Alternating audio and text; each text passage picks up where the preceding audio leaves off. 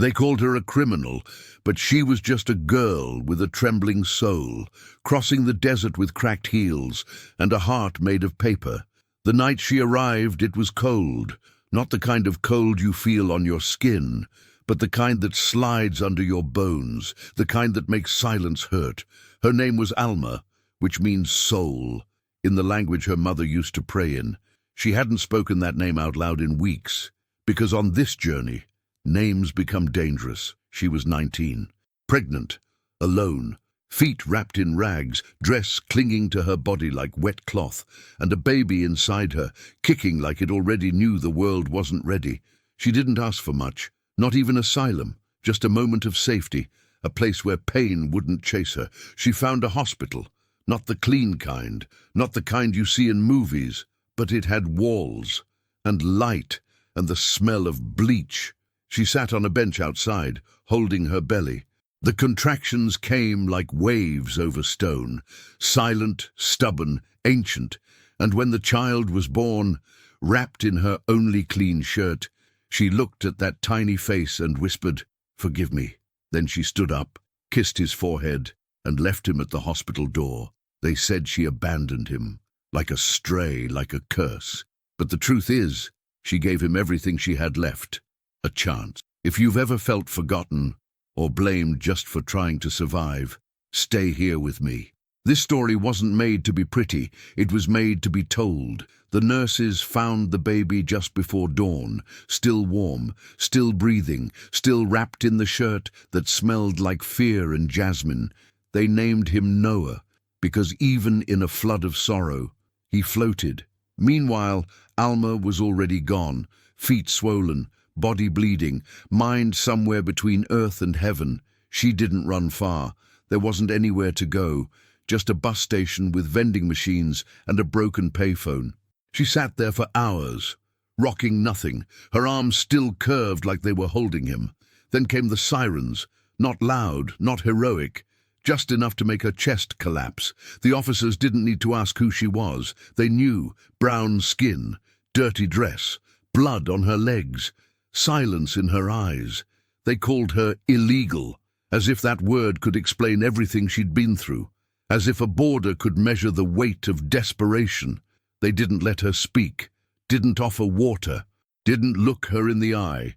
She was cuffed gently, because some part of them still remembered she'd just given birth. But mercy never arrived. She was put in the back of a van, windows covered, air cold as metal, and in that darkness she sang, a lullaby her mother used to hum, with words soft as dust.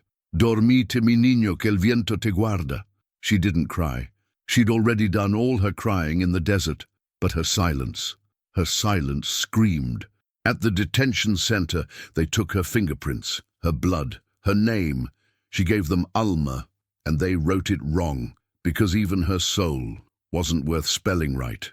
In the cold cell, she found a torn Bible under the cot, pages missing, cover burned, but still holy. She held it like it was a photograph of her son and whispered one word: hope. But she didn't know what was coming. She didn't know who would judge her, or what they already believed about girls like her. Because across the city, in a courtroom with marble floors and no windows, a woman in a black robe was already rehearsing her verdict. And it was a verdict, without mercy. They brought Alma into court on a Tuesday, the kind of morning where the sky forgets to shine and the city feels ashamed of itself.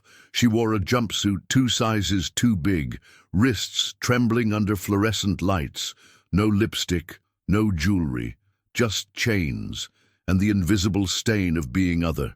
The judge was already seated, white, older, eyes like cold glass.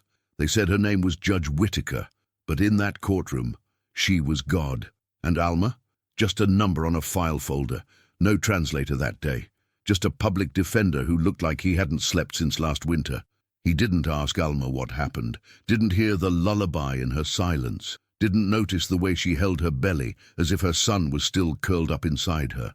He stood, said a few words, generic, sterile, like reading a grocery list made of broken lives. Then the judge leaned forward, her voice smooth, like oil spilled on cold stone. "I see this all the time," she said. "These girls come here, drop a baby like it's a bad habit and expect us to clean it up." The room didn't gasp, because in rooms like this, truth dies quietly. Alma didn't move. She just looked at the woman in the robe, and in her stillness there was more dignity than the whole courthouse could carry. The judge continued, fingering her necklace, a small gold cross that had forgotten what it meant. "You ran from your responsibilities," she said. "Now you want protection?" Alma didn't answer. Not because she couldn't, but because no answer would have mattered. They already decided who she was before she even walked in, and when the judge slammed her gavel, it wasn't justice that echoed, it was erasure. She was to be deported, immediately, no appeal, no delay. Just like that, her son became a number in a foster file, and Alma became a ghost. But ghosts, they don't stay quiet forever.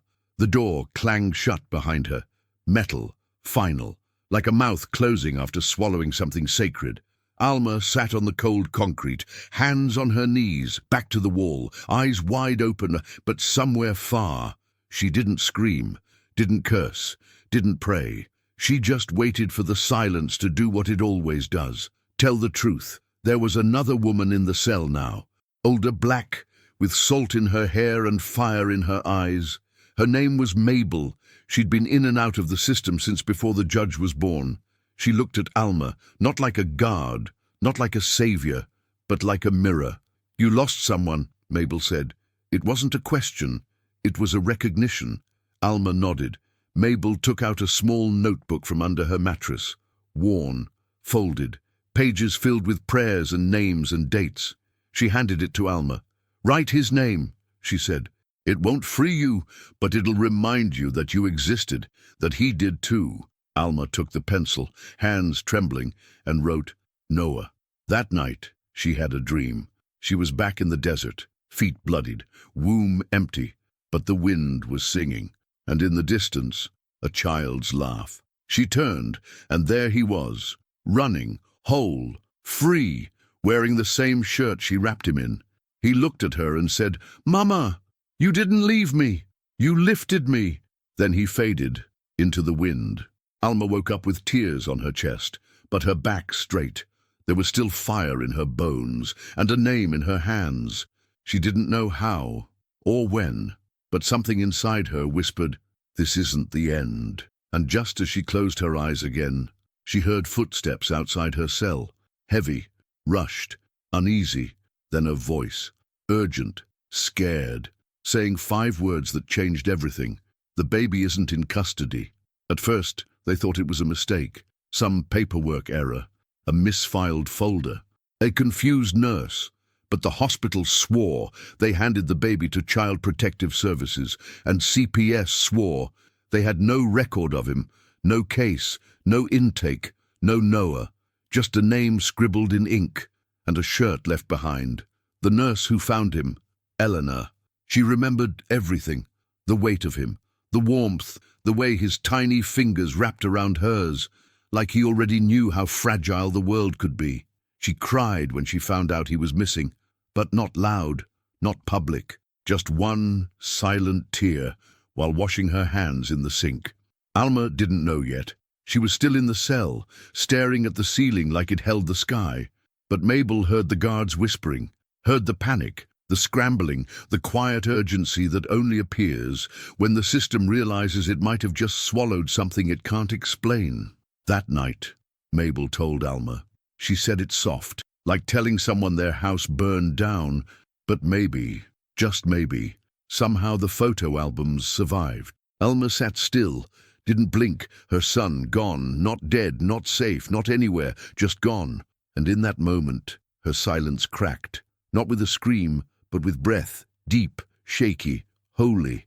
Then she stood and walked to the corner of the cell and began to pray, not with words, but with her hands, open, trembling, lifted. Mabel watched her, didn't interrupt, because sometimes grief isn't a wound, it's a weapon, and Alma was no longer a victim. She was becoming something else. 2 days later, a woman knocked on the courtroom door. Her name was Miriam. She was a caseworker, low-ranking, soft-spoken, the kind of person the system forgets unless it needs someone to sign the bottom of a bad decision. She asked to speak to the judge. They told her to wait. She waited 5 hours, without water, without pay, with a folder in her lap and guilt tightening around her neck like a scarf. Inside the folder was a copy of a transfer slip, one she wasn't supposed to have. It showed a baby boy being handed off to a private foster agency, but the name of the agency was blacked out, illegally, deliberately, quietly. She remembered that day, remembered how fast the baby disappeared, how the supervisor told her, "Don't ask, don't follow up, the mother's being deported anyway." But now, she couldn't sleep, because every time she closed her eyes, she saw the baby's face, and Alma's. 2 souls, ripped apart by convenience. So she waited. And when Judge Whitaker finally appeared, Miriam stood, spoke, shook, but didn't stop. She told the judge everything about the slip, the agency, the missing file. And then she said one sentence that turned the room cold. "If that baby's not found, this is no longer immigration, it's kidnapping." The judge froze, not because she cared, but because she realized this might touch her robe, might stain her reputation. For the first time she looked scared, not for Alma, but for herself. Still, she refused to open the case again. "Without proof," she said, "there's nothing I can do." But Miriam, she didn't come this far to be silenced. She reached into her pocket and pulled out something small, something the judge hadn't seen in years. A cassette recorder.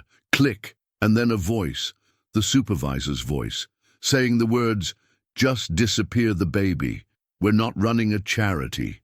And for the first time since this story began, truth had a sound. Mabel was folding her blanket when the guard opened the door, not with force, not with routine, but with hesitation, like he was walking into holy ground. "Alma," he said, soft, uncertain, almost human. She looked up. Didn't rise, didn't speak, but her eyes, they were awake now. The guard handed her a slip of paper, no envelope, just ink on government beige. It was from Miriam. "There's a tape. We're not done. Don't give up." Mabel read it too, and for the first time, she smiled. Not wide, not happy, but the kind of smile you give a woman at the edge of the fire when you know she's finally stepping through it. Alma held the paper to her chest, not for comfort, for courage, because now she had proof, not just of the crime, but of her own voice, her own worth, her own truth. Later that night they moved her to a private holding room. No explanation, no questions, just a bag of her things, what little the system hadn't stolen. In the corner of the room, a metal table. On the table, a recorder, already playing. She heard the voice again, that supervisor, cold, efficient, inhuman. "Just disappear the baby."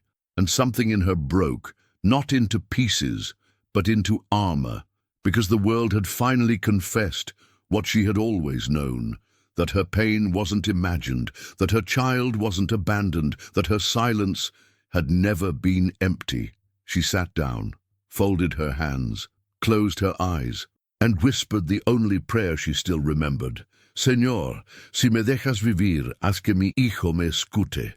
Lord, if you let me live, let my son hear me. And in the next room, a lawyer was being briefed, not a public defender, a real one, sent by someone who heard the tape, who saw the report, who knew that this wasn't just about immigration anymore.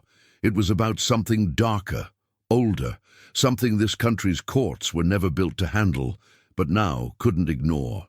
The courthouse was colder than before, not in temperature, in spirit. Alma walked in with chains around her wrists, but her spine was straight now, her head high, like a woman walking into her own resurrection. On her left, Miriam, holding the tape. On her right, a new lawyer, black, female, eyes like iron softened by fire. The judge looked up, surprised, uncomfortable, like a preacher caught with the wrong kind of scripture. She tried to speak, to take control. But the lawyer raised her hand and said, "We're reopening this case on the grounds of criminal negligence and conspiracy." The room went still. The judge coughed, paused, stammered. "This is irregular," she said. "This woman, this illegal immigrant, already received her verdict." The lawyer took a step forward. "She's not illegal. She's a mother, and someone tried to erase her child." Then she placed the recorder on the table, pressed play. The room filled with the sound of guilt. Real, undeniable, rotten. The judge went pale because this time there were witnesses, reporters, advocates, even a congresswoman sitting quietly in the back row, watching, taking notes, ready. Alma didn't say a word. She didn't need to. Her story had already been told. In blood, in silence, in lullabies, the court could never translate. The judge called for a recess, ran to her chambers. Door slammed, but the damage was done. The truth was loose now, and truth doesn't go back in the cage. Outside, the sky had started to shift, clouds moving, light breaking through cracks in the morning. And Alma? She stood by the window, looking out, not searching, just remembering, because somewhere in this country, her son was breathing, laughing, living, and the world was finally listening. It was near dusk, the kind of hour where shadows grow long and everything feels like a question. Alma sat on the edge of her cot, holding the notebook Mabel gave her, thumb resting on her son's name, Noah. She hadn't cried in days, but that didn't mean she was dry. Some grief just becomes quiet armor. Then came the knock, not on metal, not from a guard, but a gentle rap on the side wall, followed by the jingle of keys. She stood, waited, listened. The door opened, and there she was, Elena, the nurse, still in her scrubs, still holding something in her hands, a small cloth bundle, and her own guilt. Alma didn't speak, didn't move. Elena stepped inside slowly, eyes wide with something between hope and shame. "I know I wasn't supposed to come," she whispered, "but I couldn't sleep, not until I looked you in the eye."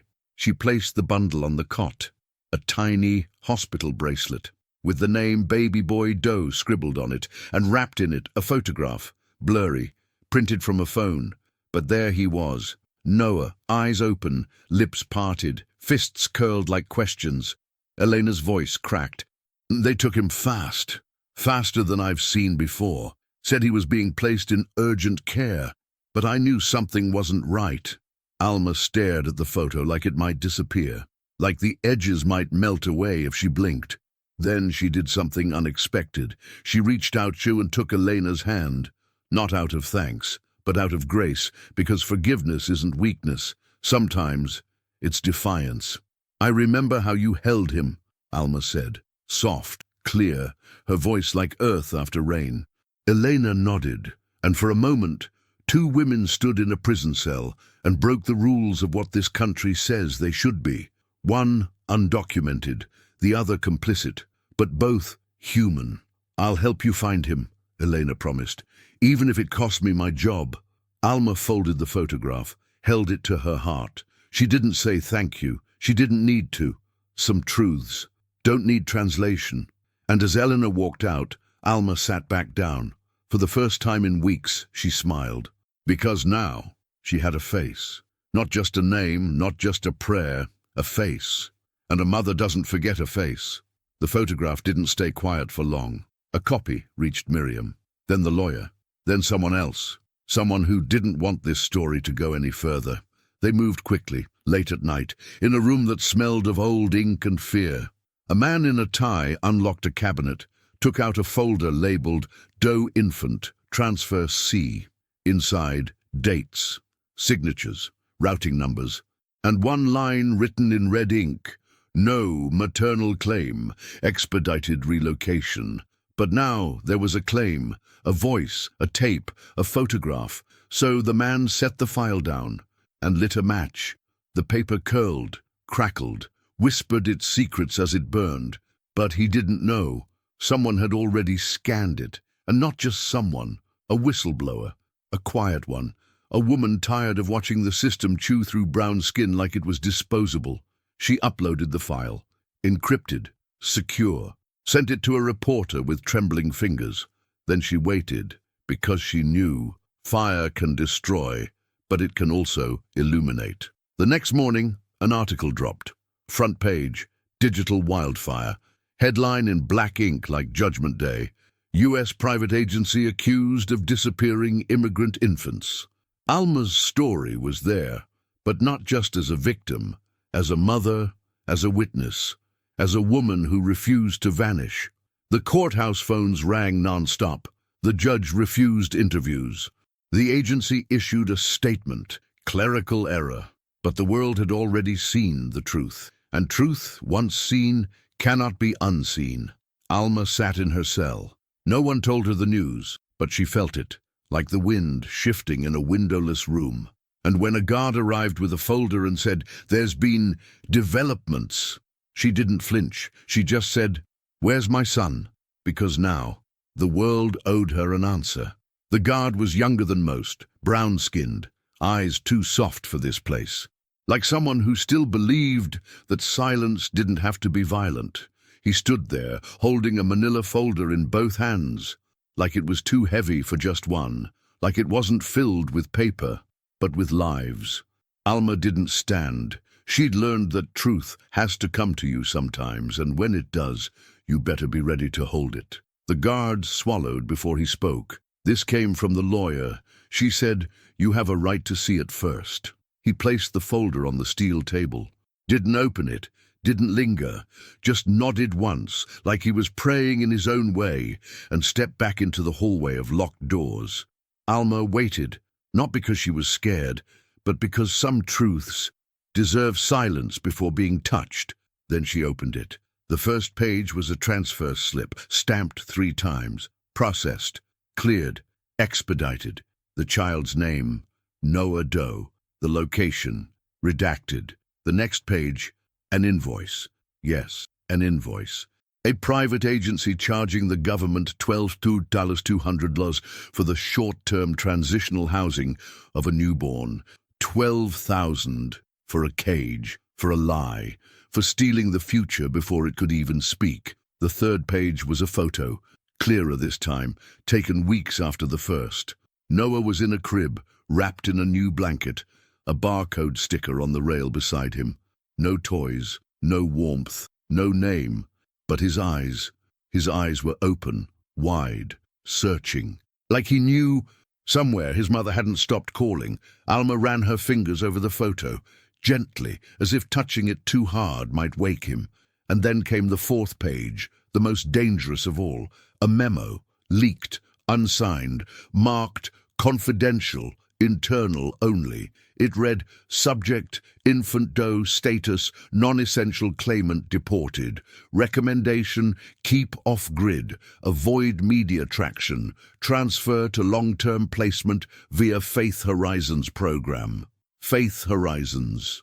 She'd heard that name before, on a poster in the detention center, a Christian-run foster program with glossy brochures and hollow promises.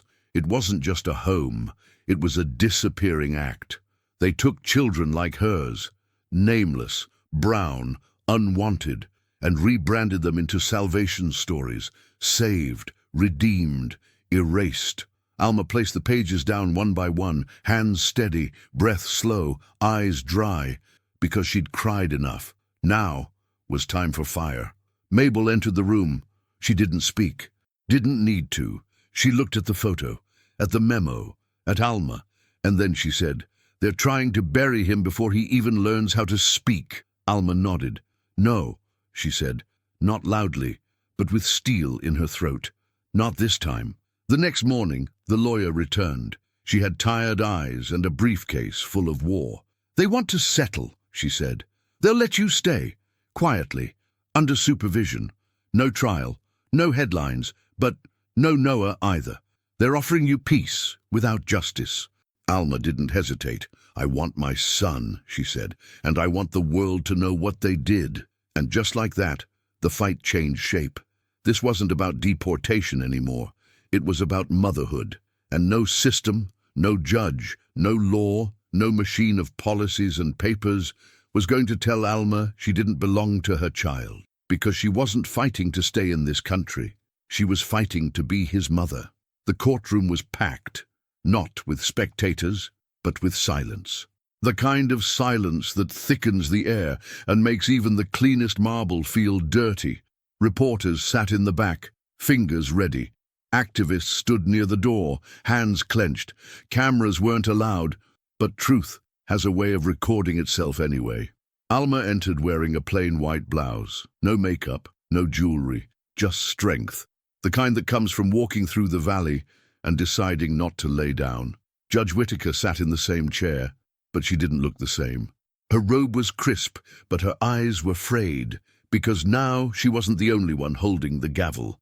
Alma's lawyer stood tall. "Your Honor," she began, "we're not here for leniency. We're here for accountability." She placed the memo on the table. The invoice, the photographs, then the recorder. Click, play. Once more the courtroom heard the supervisor say, "Just disappear the baby." The judge shifted, coughed, swallowed. This court was never informed," she began. But the lawyer interrupted.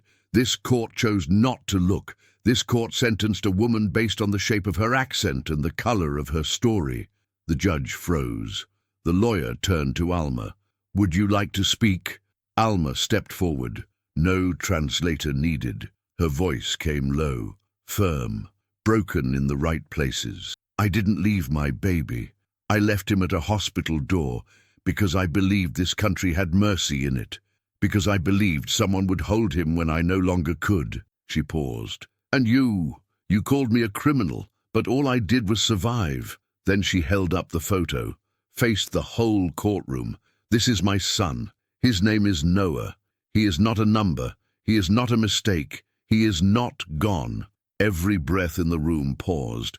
Even the judge looked away, because the truth had come uninvited, but fully clothed in righteousness. Alma continued, "If you deport me, you'll never see me again. But this story, this fire, will burn in every place that still has ears. Because I'm not the only mother you erased. I'm just the one that came back." Silence, real silence, the kind that prays by itself. Then the judge spoke. She didn't apologize. Judges rarely do. But she sighed, heavy, defeated. "This case will require a formal investigation. Custody proceedings will be halted, and this court grants Alma temporary protective status under humanitarian grounds." She banged the gavel, but it didn't sound like power this time. It sounded like surrender. Alma didn't cry. She just looked out the window and whispered her son's name like a promise. Noah, still missing, but no longer hidden. And now the whole world was watching. 3 weeks passed. Long weeks, dry weeks. Weeks made of waiting rooms and court papers, whispers and locked drawers, interviews that asked too little, and answers that came too late. But Alma did not sit still. She moved like wind through cracks. She listened. She wrote. She remembered. She memorized every name on every page. She traced the names of shelters, foster homes, private agencies hidden behind words like faith and mercy. And then, in the bottom corner of a referral report, half blurred by a coffee stain, she found it. Faith Horizons, Unit 7, Riverside County, unlisted phone number, no website, no address on the official registry, just a stamped line, for internal use only. But Alma had seen enough to know. The places they hide are the places they fear will be found, she told her lawyer, told Miriam, told Elena, and together they built a plan.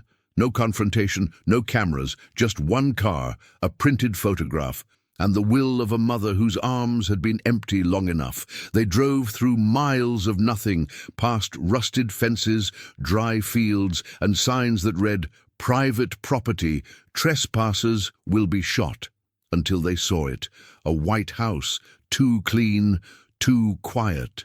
Like a prayer said by someone who doesn't believe anymore. On the front door, a wooden cross, painted gold, hanging crooked, as if even God couldn't straighten it. Alma stepped out first. The wind pulled at her shirt. The gravel crunched beneath her feet like bones. A woman opened the door, white, smiling, hollow. "Can I help you?" Alma didn't speak. She just held out the photo. The woman's smile cracked. Her eyes flickered. "I'm sorry. I don't recognize—" Elena stepped forward, firm. "We're not here to accuse. We're here for the truth. You can choose to help, or we can come back with a warrant and 3 vans of reporters." The woman hesitated, looked behind her, bit her lip. Then she stepped aside. Alma walked in. The hallway smelled like lavender and old gilt, rooms on each side, locked, except one, at the very end. The woman pointed, didn't speak. Her hands trembled. Alma moved slowly. Her feet didn't touch the ground. Her hands didn't feel like hers. She reached the door. It was painted light blue, like a sky that hadn't yet decided whether to storm or shine. She knocked once, then pushed it open, and there, on a small plastic mat, surrounded by 2 wooden toys and a stack of books, was Noah, her son, not crying, not laughing, just sitting. He looked up. Alma stepped inside, kneeling, hands open, tears already falling, but not loud. Noah blinked, tilted his head, stared at her like she was a song he had once heard in a dream. Then he reached forward, not fast, not dramatic, just real. His hand touched her cheek, soft, curious, like he was trying to remember. And Alma whispered, "It's me, mijo. Your mama came back." He didn't speak. He didn't need to. He curled his body into her chest and rested there like he had always known. His place was the space between her arms and her heartbeat. Behind them, Elena wept. Even the woman from the house covered her mouth, as if trying to catch the sound of grace before it disappeared. But Alma didn't look at them. She held her son, rocked him gently, kissed the top of his head, and in that moment, the years of silence, the courtrooms, the cuffs, the judgment, the exile, all collapsed into one sacred truth. She was not a criminal. She was not a case number. She was not an illegal. She was a mother, and she had found her child. They tried to offer her a deal, a check, a settlement, a quiet apology with sharp edges. But Alma didn't want their money, didn't want their silence, didn't want their headlines. She wanted something they didn't know how to give: truth in public, justice in the language of fire, and protection for every woman still waiting in a cage. So she refused, tore up the letter, sent back the check. Then she wrote her own. It wasn't long, just 2 paragraphs, addressed to the women still inside. "I got out, but I'm not free until you are too. They thought we would forget, but we remember each other in our bones. We don't need to scream. We just need to walk together, and the world will listen." She signed it. Alma Rivera, mother, not property, not prisoner, still here, and she began. The first march was small, 6 women, 3 strollers. A banner made of a used bedsheet that read, "Where are our children?" They walked from the courthouse steps to the steps of the shelter where Noah had been hidden. Alma at the front, Noah in her arms, barefoot. Her feet kissed the concrete like it was holy ground. They marched in silence, no chants, no slogans, just the sound of footsteps, baby laughter and heartbreak, learning how to breathe again. By the 2nd week, they were 50. By the 3rd, hundreds. Women from El Salvador, from Haiti, from Nigeria, from Honduras. Mothers with scars, with bracelets from shelters, with letters from children they weren't allowed to raise. They marched with diapers in their bags and scriptures on their tongues. And the press, they came, not because they cared, but because silence that large demands translation.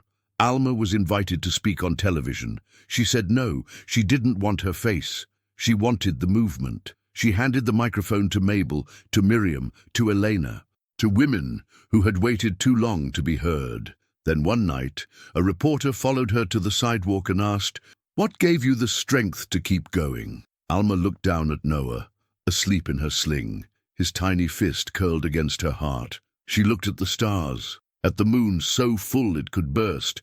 Then she said, "Because they tried to erase me. But I remembered who I was, and I remembered who I belonged to." The reporter asked, "And who is that?" And Alma said, with the kind of softness that could break walls, "God and my son." But not everyone clapped. Not everyone kneeled. The judge was being investigated.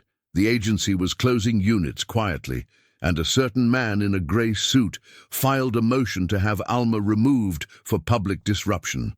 The deportation threat returned, but this time she wasn't alone. Hundreds of letters, petitions, photos of other disappeared babies, testimonies recorded in back rooms and church basements. The nation had looked away for years, but now the mirror had cracked, and inside it, the reflection of a mother with fire in her throat and a child in her arms. Then came the hearing, final, public, broadcast on live radio. Alma wore the same blouse, same stillness, same cross around her neck, given to her by Mabel the day before. She didn't beg, she stood, she testified, and she ended with only 3 words: "I forgive you," not because they asked, but because she would not carry their poison into her son's future. The judge knew this time, looked at her for a long while, then said, "Ms. Rivera, you are not being deported. You are being recognized." The gavel came down. But this time, it sounded like resurrection. They tried to lock her story away, like a secret, like shame. But stories like Alma's, they don't rot, they rise. She never moved back to the old house, the one with broken windows and silent walls. No, she moved somewhere quiet, outside the city, with trees, with breath, with sun that didn't ask where she was born. The landlord was a woman named Lydia, black, widowed, and kind in the way that only grief can teach. She didn't ask questions. She only said, "You and your boy, you're safe here, that's all that matters." Every morning, Alma walked barefoot through the grass, Noah toddling behind her, still unsteady, but bold. She would hum while she cooked, the same lullaby from the desert, "Dormite mi niño, que el viento te guarda." And sometimes, when the wind was right, Noah would hum along, not with words, just with presence, just with belonging. And in those moments, the pain didn't disappear, but it softened, because healing doesn't mean forgetting, it means remembering, without breaking. Miriam came to visit once a month, still working cases, still wearing her guilt like armor. She brought cookies, hugs, and updates on the women Alma marched with. Some got their kids back, some didn't, but none of them were invisible anymore. Not after Alma. Mabel didn't make it. She passed away in her sleep, 1 week before Alma's trial. No ceremony, no flowers, just one letter, folded under her pillow. It read, "I waited my whole life for the world to look at us.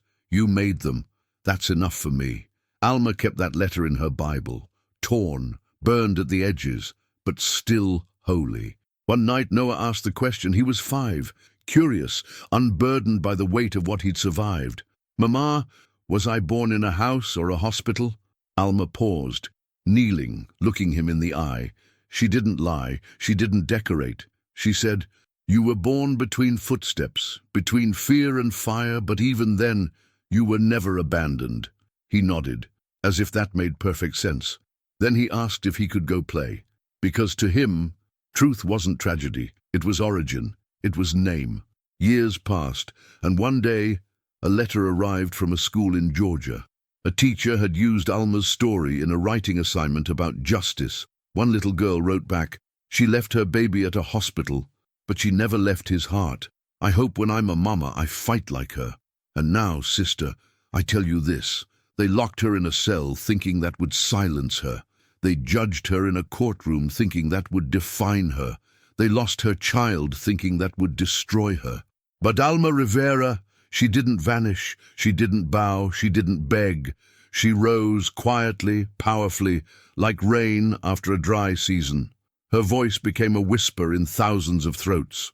Her march became a rhythm in tired feet, and her name, once misspelled by cold hands, became a banner held by women who had no one left. They called her a criminal, but in truth, she was a psalm, spoken softly into a land that forgot how to listen. But now, they're listening, because this story found a way to fly, past walls, past borders, past fear. It found a way to soar through the skies of paper until it touched hearts like yours. If this story touched something deep in you, leave a comment. Share it with someone who needs to hear it. Because some truths, they don't need to be shouted, they need to be sown softly, steadily, until the whole world starts to feel them, in the silence between its heartbeats. Thank you for walking with Alma. Thank you for not looking away. Amen.